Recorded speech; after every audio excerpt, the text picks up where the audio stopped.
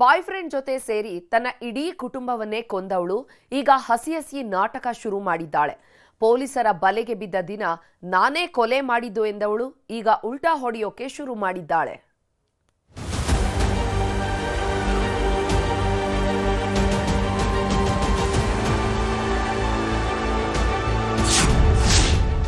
ಕ್ಷಣಕ್ಕೊಂದು ಮಾತು, ತ್ರಿವಳಿ ಹಂತಕಿಯ ಉಲ್ಟಾ ಪಲ್ಟಾ ಸ್ಟೇಟ್ಮೆಂಟ್. ಏನೇ ಮಾಡಿದ್ರೂ ಬಾಯ್ ಬಿಡ್ತಿಲ್ಲ, ಖಾಕಿಗೆ ತಲೆನೋವು ತಪ್ತಿಲ್ಲ. ಹೆತ್ತವರನ್ನ ಕೊಂದಾಗಲೇ ಗೊತ್ತಾಗಿತ್ತು ಇವಳೆಂಥ ಐನಾತಿ ಅಂತ. ಮದುವೆ ಆಗಿರಲಿಲ್ಲ, ಇನ್ನೂ ಹೆತ್ತವರ ನೆರಳಿಂದ ದೂರವೂ ಹೋಗಿರಲಿಲ್ಲ. ಅಷ್ಟರಲ್ಲೇ ಮೋಹದ ಪ್ರೀತಿಗೆ ಬಿದ್ದವಳು ತಂದೆ ತಾಯಿ ಜೊತೆಗೆ ಸಹೋದರಿಯನ್ನು ಕೊಂದು ಹಾಕಿದ್ಲು. ಈ ವಿಷಯ ಸುದ್ದಿಯಾಗ್ತಿದ್ದಂತೆ ಇಡೀ ಮನುಕುಲವೇ ಹಿಡಿ ಶಾಪ ಹಾಕಿತ್ತು. ಇಂಥ ಮಕ್ಕಳು ಯಾವ ತಂದೆ ತಾಯಿಗೂ ಹುಟ್ಟಬಾರದು ಅಂತ ಮನಸ್ಸಲ್ಲೇ ಬೈಕೊಂಡಿದ್ರು. ಇದೀಗ ಪೊಲೀಸರ ಮುಂದೆ ಬೀಳುತ್ತಿದ್ದಂತೆ ಹಸಿ ಹಸಿ ನಾಟಕ ಆಡುವುದಕ್ಕೆ ಶುರು ಮಾಡಿದ್ದಾಳೆ. ಮೊದಲಿಗೆ ನಾನೇ ನನ್ನ ತಾಯಿಯನ್ನ ಕೊಂದಿದ್ದು ಎಂದಿದ್ದ ಶ್ವೇತಾ ಈಗ ನನ್ನ ಲವರ್ ಕೆನೆತ್ನೇ ಕೊಲೆ ಮಾಡಿದ್ದು ಅಂತ ಉಲ್ಟಾ ಹೊಡೆಯುತ್ತಿದ್ದಾಳೆ.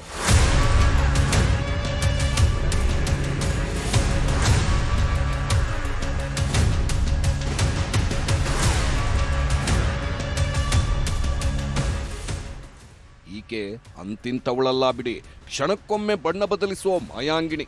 ಪಾಂಡಿಚೇರಿಯಿಂದ ಎತ್ತಾಕೊಂಡು ಬಂದ ಪೊಲೀಸರು ಫುಲ್ ಡ್ರಿಲ್ ಮಾಡುತ್ತಿದ್ದಾರೆ. ಇಬ್ಬರನ್ನೂ ಪ್ರತ್ಯೇಕವಾಗಿರಿಸಿ ವಿಚಾರಣೆ ನಡೆಸುತ್ತಿದ್ದಾರೆ. ಈ ಮಧ್ಯೆ ಮರಣೋತ್ತರ ಪರೀಕ್ಷೆ ವರದಿಯೂ ಪೊಲೀಸರ ಕೈ ಸೇರಿದೆ. ಶ್ವೇತಾ ತಾಯಿಯನ್ನ 22 ಬಾರಿ ಚುಚ್ಚಿ ಸಾಯಿಸಲಾಗಿದೆ ಅನ್ನೋ ಮಾಹಿತಿ ಸಿಕ್ಕಿದೆ. ಇದರ ಜೊತೆಗೆ ಸೋಮಸುಂದರ ಹಾಗೂ ತಂಗಿ ಸುಪ್ರಿಯಾಳನ್ನೂ ಒಂದೇ ಮಾದರಿಯಲ್ಲಿ ಹೆಣವಾಗಿಸಿದ್ದು ಗೊತ್ತಾಗಿದೆ. ಆದ್ರೆ ಈಕೆ ಮಾತ್ರ ಹಸಿ ಹಸಿ ನಾಟಕ ಶುರು ಮಾಡಿದ್ದಾಳೆ. ಮೊದಲ ದಿನ ಪೊಲೀಸರ ಕೈಗೆ ಲಾಕ್ ಆಗ್ತಿದ್ದಂತೆ ತಾನೇ ಕೊಲೆ ಮಾಡಿದ್ದಾಗಿ ಒಪ್ಕೊಂಡಿದ್ಲು. ನನ್ನ ಲವ್ವರ್ ಏನೂ ಮಾಡಿಲ್ಲ, ನಾನೇ ಕೊಲೆ ಮಾಡಿದ್ದು ಎಂದಿದ್ಲು. ಆದ್ರೀಗ ಸ್ಕ್ರೀನ್ ಪ್ಲೇಯನ್ನೇ ಚೇಂಜ್ ಮಾಡುತ್ತಿದ್ದಾಳೆ. ನಾನು ಯಾರನ್ನೂ ಕೊಂದಿಲ್ಲ, ಕೇವಲ ಬಾಗಿಲ ಮರೆಯಲ್ಲಿ ನಿಂತು ನೋಡ್ತಿದ್ದೆ, ಕೆನೆತ್ನೇ ಕೊಲೆ ಮಾಡಿದ್ದು ಅಂತ ಪ್ರಿಯಕರನ ಮೇಲೆ ಆರೋಪ ಮಾಡುತ್ತಿದ್ದಾಳೆ.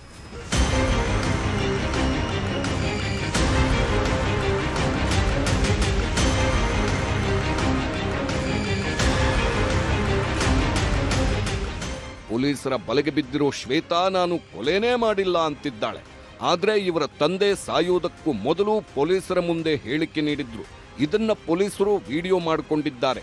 ಹೀಗಾಗಿ ಈ ವಿಡಿಯೋ ಇಟ್ಕೊಂಡು ಶ್ವೇತಾಳ ವಿಚಾರಣೆ ಶುರು ಮಾಡಿದ್ದಾರೆ. ಶ್ವೇತಾ ಏನೇ ಹೇಳಿದ್ರು ಸಾಯೋದಕ್ಕೂ ಮೊದಲು ಸೋಮಸುಂದರ್ ಹೇಳಿದ್ದೇ ಪ್ರಬಲ ಸಾಕ್ಷ್ಯವಾಗಲಿದೆ.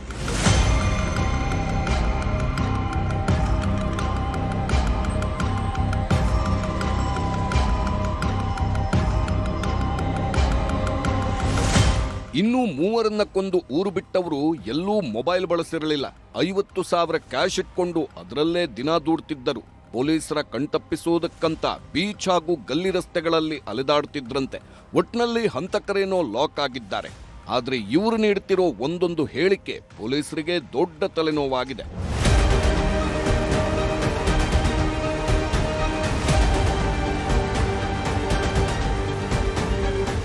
ಗಂಗಾಧರ್ ಜೊತೆ Muniraju, crime bureau, news 18 Bengaluru.